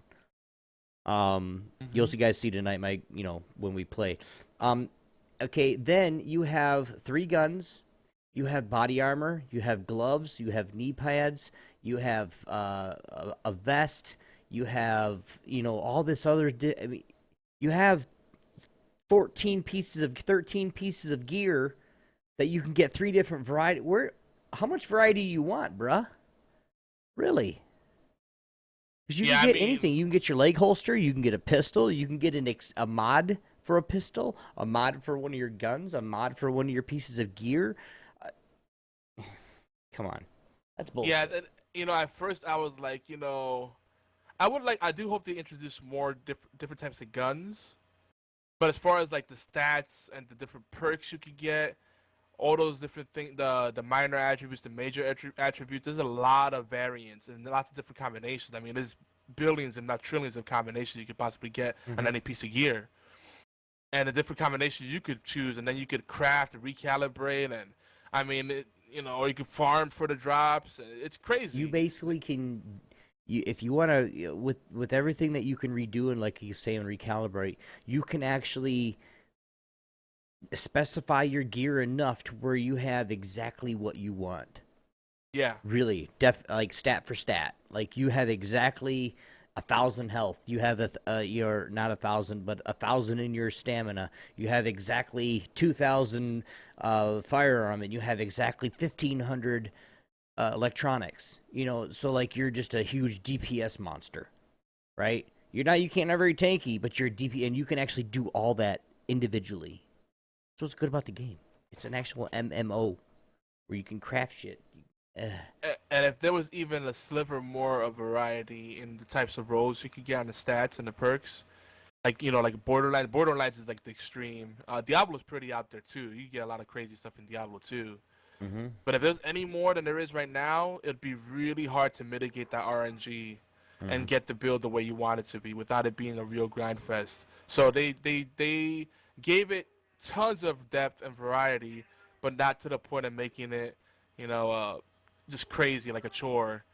So I don't know what people expect from this game, and I will concede at one point. I hope that there's more to the end game than looting, because loot is great. Loot is very satisfying. But what happens if you have the best loot or what you feel is the best build, and you don't have that motivation anymore? What's gonna keep you going? That needs to be that needs to be something that's explored. Like we talked about arena or really hard challenging. They need to give the PvE game content. They need to give the game a little bit more replay value than what there is now. I do understand that too. Yeah. As of right now, you go to end game content. You do all the missions. You'll start from the beginning. Do all the missions on hard, then do all the mission on challenging. You can go through that way, but what if you get these guys that are, and every game has them, as soon as the content comes out, they're already best of the best. If you guys know, like WoW players, as soon as that content comes out, everybody's already in the raid. They're already doing raids. They're already doing this. They're already doing this. They're already fully geared in PvP gear, so all they have to do is just get upgrades of the new gear, or just whatever. So like, how long can Ubisoft, however you say it, how long can they keep it up? Because eventually they're going to have to give, like I said, they're going to have to give this game more replay value, because once all this PvE stuff is done, it might be 2 months. I don't know. Yeah, and I think it's more about the motivator. Mm-hmm. The loot is very satisfying. It's just fun seeing purples, or pinks, whatever color you see them as. You've seen those end game drops come out. It's like yay when you get excited about it. And I just get excited about seeing stuff drop and trying to see what kind of stats it has, what kind of perks it has, the minor and major attributes. I'm like, ooh, this is better than what I have on. That excites me. And then to a point, any kind of loot-based game eventually gets boring, because then you have the best stuff you need for your build, or it isn't motivating enough. But I think there's enough challenge in there right now, and with the incursions coming, all the other stuff coming, there's gonna be. It looks like they're gonna focus a lot on the co-op, the PvE stuff, and that excites me. And if they do the PvP stuff and they do it right, that's cool too. But if you look at Destiny's the complete opposite. Destiny's PvE is pretty boring. There's no real motivation or incentive to work as a team. You just kind of blow through it. Everybody just exploits the crap out of it. Doesn't even really try to use any strategies. They just blow through it. They don't appreciate it. They're not really well thought out. There's potential there with a couple of the raids. But at the end of the day, it's all like, just if you have the best gear, just blow through it, and you don't have to really think about mechanics. Just go through it and done. And then you move back to PvP. And that's really what Destiny ultimately boils down to, is player versus player. If you're not into PvP, then Destiny's not for you, because that's really a majority of the game. End game is just getting the best gear and going into PvP and dominating. And then that's it. Right. Well, and another one came across, and it said, did you enjoy Destiny? If so, you probably enjoyed Division. Played for about 15 hours personally. I'm an old school gamer. Oh, God. Now, mind you guys, this guy's only 25 years old. Old keep school. reading, Obi. Keep reading. And am saddened by people's positive reactions to macrosity. Mediocrity. My bad, guys. Like this, mobile gaming is now infecting consoles and PC, and The Division is a representative of it. Don't know how. Did you enjoy repeating the same tasks over and over again in the same environment for little to no reward? Did you enjoy grinding out daily missions to earn currency to obtain things slightly better than what you already had? Does the idea of a game with no story, no variety, no intelligent AI, or no sense of getting anywhere appealing? I could describe Farmville or The Division. Don't buy it. This guy. Okay, this guy's an idiot. Listen, whatever your system, this guy is actually, I don't even know. I know what system he's on, because these are the Xbox One Metacritic reviews for the most part. Please do the following, where if you happen to be out there, unplug your Xbox and find the nearest window, throw your Xbox out that window, and then throw yourself out the window too. Hopefully there's a cliff on the other side. Wow. No, okay, that's mean. Damn, bro. But come on, like, all right, first of all, old school gamers, stop it, please. Not at 25 years old, you're not. Yeah, please stop calling. I've been gaming for 25 years. Yeah, stop calling Super Mario Galaxy a classic. That's really like, people are talking like last gen games. They're calling it retro and classics. Like, stop it. Like, I have trouble saying Sonic the Hedgehog is classic, but that, at least that goes back a few generations. These people don't even know. Like, if you say Atari 2600, they'd be like, "What's that?" It's like, or ColecoVision or Pond, they'd be like, "What's that?" Is that the new console coming out? Oh my God! Vector graphics, like it's a vector graphic game. Like, what? Vector monitor, what? It's a vector cabinet monitor, a vector monitor cabinet. You know, coin-op machine. They were like arcade. Like, what? What are you talking about? Like, oh God, old school game. Oh, that made my stomach turn. And I don't want to be that guy, but no. I will. Don't you ever call yourself an old school gamer if you're only 25 goddamn years old. That's, Mother flowers. You're a long-time gamer, okay? You've been playing gaming all your life, cool. A gaming veteran, sure. Old school gamer that did the, you're talking about PlayStation and up. There's nothing old school about that. That's the new school. I'm sorry to tell you. Once the 3D graphics came in, there's nothing old school about that. Oh, I played. What's the word? Ratchet and Clank. I played Resident Evil. Stop it! Stop it! Don't make me smash the Xbox One over your head. Old school, my ass. That he lost all credibility there. Even if he had made some good points after that, I still would have ignored him. But then the points are even terrible. He's comparing this to a mobile game and the repetitiveness and lack of reward. It's an MMO, mother. Yeah, have you played any MMO? Like, what are you comparing this to? Oh, fucking Candy Crush. No, this is like the first shooter he's ever played, and like before this, the last game he played was Last of Us. He's like that's a great game. It's like, yeah, that's your problem. The Last of Us just came out, didn't it? That's an old game. That's the game that everybody judged off to on the PlayStation, and they just re-released. They had it. It was the best. It was one of the last games on PlayStation 3. And then they re-released that PS4, the definitive edition, whatever they call it there. And it's jerk off to. I must not have ever played that game. Yeah, it's a nice story. It's a love story about an old man and a young preteen girl. Oh God.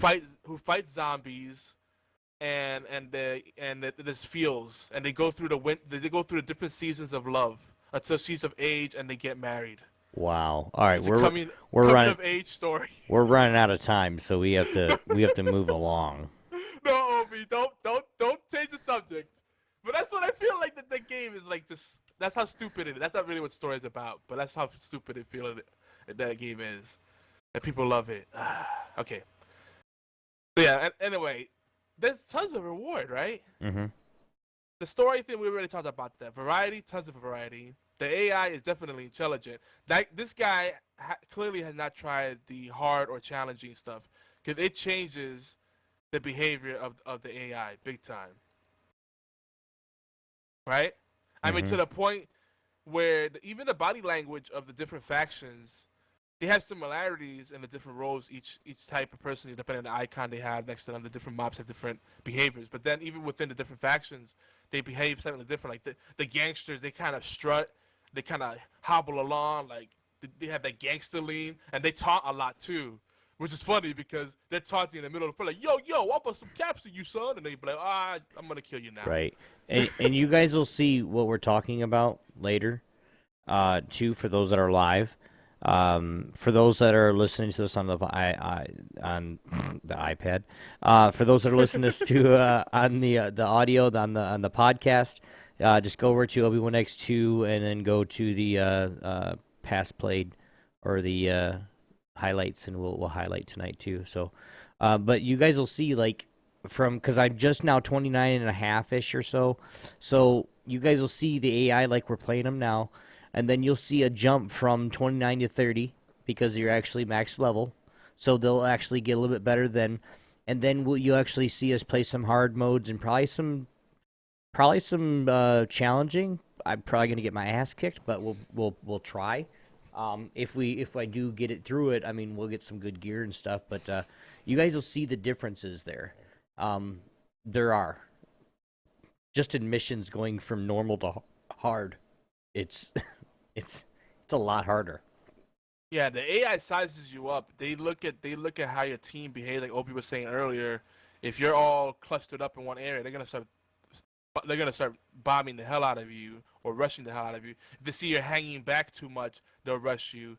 If they see you're being too aggressive, they'll position themselves in a manner where if you push up too much, they're gonna punish you because of it. Like they'll flank you if they see there's an area where you're exposed and not really checking that area, checking your flank. Like the AI is really smart. So, and all right, like, I want to make sure that I sound really crabby. I sound like I'm really hard on The Last of Us. It is a great movie. It's just not a very inspired video game. That's all. It's a great story. It gives you feels, but it's pretty. The gameplay is uninspired. So, like, when people, it gets me upset that people will give The Last of Us these singing praises. When it really isn't anything that special, it isn't that fun of a game. It's cool to watch. I'll give it that, right? But then this kind of game comes out, it's actually fun to play, and it lets you play with your friends and work through stuff together. Right. That cooperative thing. But it doesn't have a story. Oh, it isn't visually stunning enough. Now this game looks beautiful. But and this game is basically it's built around and made around the team aspect. We've been talking about this over the last 6 months to a year now that games are starting to go to that multiplayer. You build that team, get your friends in the mix, get your they're starting to push this stuff, guys. This is a good game that we can actually learn from. Because if you say a team aspect, there's so many things about the team aspect that you actually have to know. Like, okay, who's running heals? If it's an inexperienced group, we might have 2 people running heals. Okay, who's running turret? Which one are you running? You're running flame turret? All right, I'm going to run shock turret. Or who's the tank? Who's doing, there's so many different aspects of this game, and we'll go over it when we get over there. But there's so many different aspects of this game that there's so many different things to do. I've leveled up as DPS. When I get to 30, I'm going to be DPS. When I get to challenging stuff, I'm going to be DPS. Now, guess what? I want to try tanking for a while. See what's the big fuss. I get all my shit done up. I change everything that I need to change, and I have an ungodly amount of stamina and electronics, say. And I don't do much damage, but I can take a metric fuck ton. That's a whole new part of the game for me. Might not be to others, but for those that are like that, then you're just dumb. Enough said. And the nice thing about this, as opposed to other MMORPGs, that you can respec on the fly, and it is not necessarily a costly thing. If you keep different gear, different sets of gear handy, it's really easy. It's not like in Elder Scrolls Online or your more traditional MMORPG where you have to pay whatever currency in order to re-roll your stats or reallocate your attribute points and all that kind of stuff, and it gets really time intensive and just resource intensive as a whole. This, it's like, all right, well, I got different gear, and let me just change my gear loadout for this battle, or I'm gonna change my roll up, or you could start a new character if you want, and just make that character from the ground up the way you want to. But you're never really stuck with what you do, which is nice too. Right, and it's something too that I wish they would have something of like a a hotkey or a hot button in the game to where you could actually switch gear and say this is DPS and this is my tank, kind of like to where all you have to do is do a one button push instead of having, because like really, who keeps track of their gear? I mean, I know everybody does, but like, there's so many things that happen when you're going through all your bags and selling shit. Mm-hmm. Like, what happens if you sell the wrong thing? Yeah, at least be able to lock your certain pieces of gear, so you can't do anything with it unless you unlock it first. That's something that Destiny did nice, and some other games do it too. That's why I think if they do make some other provisions for PvP, it's gonna be alongside things like that where you'll have a loadout and you can. It's like automatic gear switching or something. Yeah. Because then you, like you said, you have PvP. Like Diablo used to do that with the 1, 2, 3, like the tabs to switch your gear loadout. Yeah. Something simple like that could work. We'll see how it goes. Or Call of Duty style. Mm-hmm. So yeah, all those complaints. I think the main thing I'm seeing here is that it actually wasn't a failure on Ubisoft's part. You still hear me? Yeah. Yeah, I'm lagging for some reason. Sorry. Huh. Yeah, so Ubisoft didn't fail to communicate what this is supposed to be, right? They communicated it perfectly fine, but people wanted it to be something else, something that it wasn't intended to be. And I think once you embrace the fact that it's more RPG than it is shooter, but it's still a shooter, and it's not the kind of shooter you might be used to. It's a tactical shooter. Once you embrace that, then everything else is easy peasy, right? Right. That's what it really comes down to. And my stream just crashed. Oh no! I lost my recording. Oh well. Good thing you're recording, right, Obi? Oh, I was supposed to record? Just kidding. Lol. Yeah, we're good. Anyway, so I think that's the biggest thing there. So before we start wrapping up, like, what's the big question you want to tackle before we start wrapping up? Of the ones we mentioned, what doesn't sit right with you out of those reviews, maybe, or what's your biggest concern, perhaps? One of the things I would say is, like, really, honestly, to everybody that's actually, I know we picked the bad reviews for a reason, but like to all these guys that wrote all these reviews, what game are you playing? First of all, like, is it like, did you just play the beta, or, and then it just took you this long to write a review? Like, I don't understand. Some of the things, like, we had a couple of them that were like no variety to just, or the enemies and the loot. You can clearly see that they might look the same in some parts, like helmets and stuff like that, but look at the little symbol next to their freaking name, man. Guys, it says it has a grenade on it. That's the grenadier. That's the guy you need to kill first. You have a guy that has like a shield. That's the heavy guy. Think about it. It's common sense. Oh yeah, focusing the heavy guy is the best too, because he takes the longest to kill. It's like, no, he's slow. Just ignore him for now. Kill the heavy guy last. He ain't going nowhere. Yeah. Kill the grenadiers, kill the snipers, and then kill everybody else.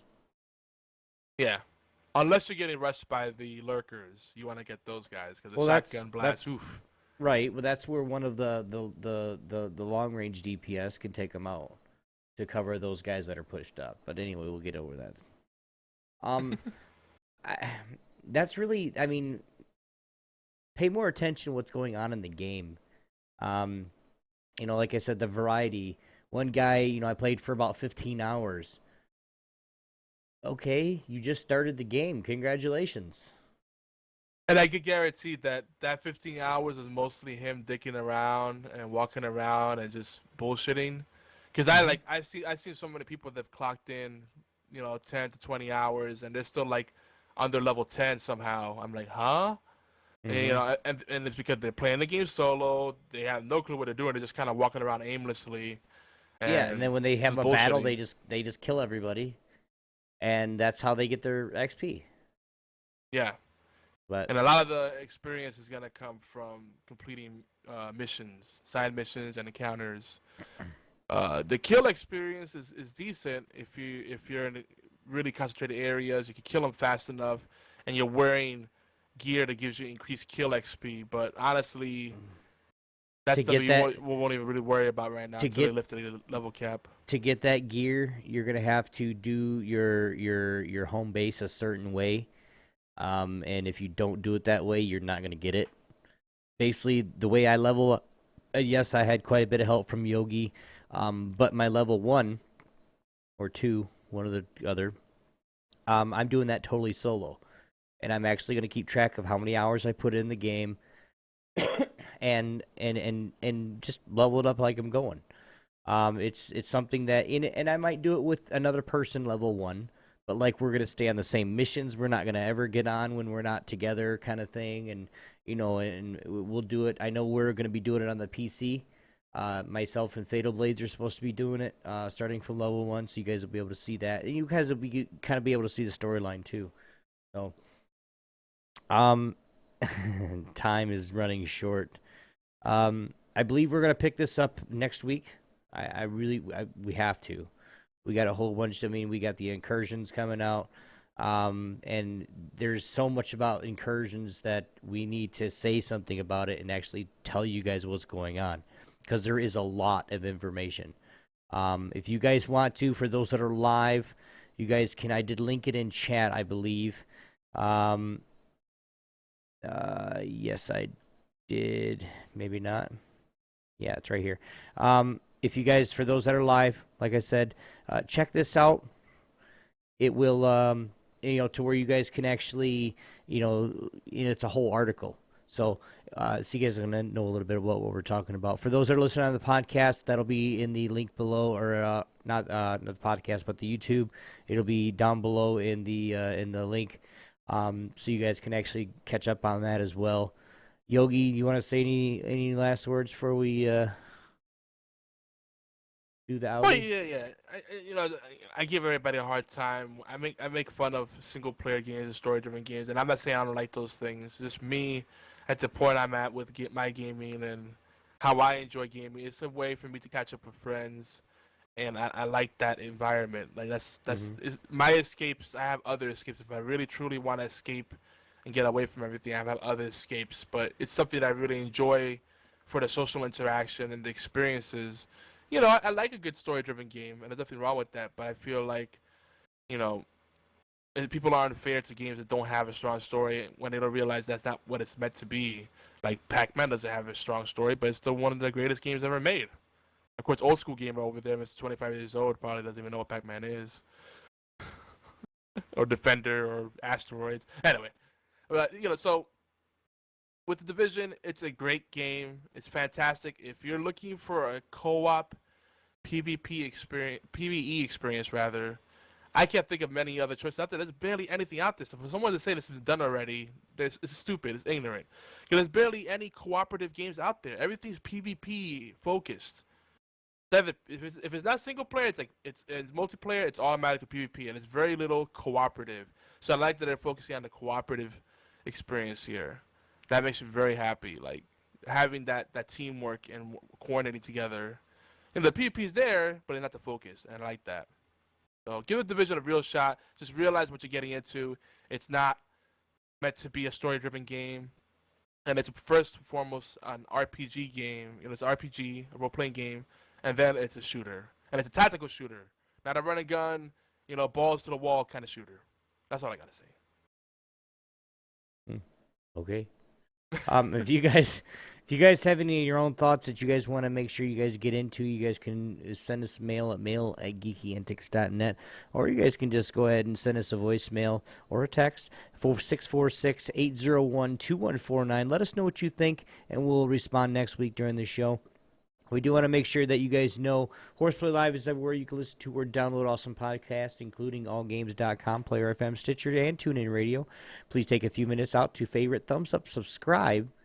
It's quick, it's easy, it really helps us out. It's huge thanks to all those and everyone that's been promoting our content. We really love you very much. Thank you very much for all your support. If you guys like Guy Candy, we got YouTube and Twitch, youtube.com/geekyantics, and twitch.tv/geekyantics here on Geeky Antics Network in collaboration with All Games Radio Network. We have tons of shows that we cover with a wide spectrum of topics. We can't possibly plug them all because it'll take too long. You guys can go to geekyantics.net/schedule where you can get your own, if you guys want to see our flagship show on our Twitch profile and our aggregate feed over at geekyantics.net/podcast. Again, don't forget our intro and outro themes are provided by royalty-free by TechnoAxe. That's Techno with a K. Go check him out, technoaxe.com. But for now, guys, you guys can find us everywhere. Just look at our names and type it in. We're there. I'm Obi1X2. That guy over there is Yogizilla. If you guys are listening to us on allgames.com, the Dead Pixel Live Power Ranking Show is up, followed by the Knuckleballer Radio at its new time every Thursday at 9 p.m. Eastern Time. Be sure to hang out and chat and say, hey, what's up? So, and then hopefully they'll tell us, maybe. Yeah, if not.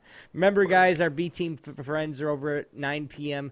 on Tuesdays, Eastern Time, on official sister network, All Games Radio Network. Guys, we really love you. I'm Obi1X2. My cohort over there, Yogizilla. We'll see you guys next week. Peace. Peace.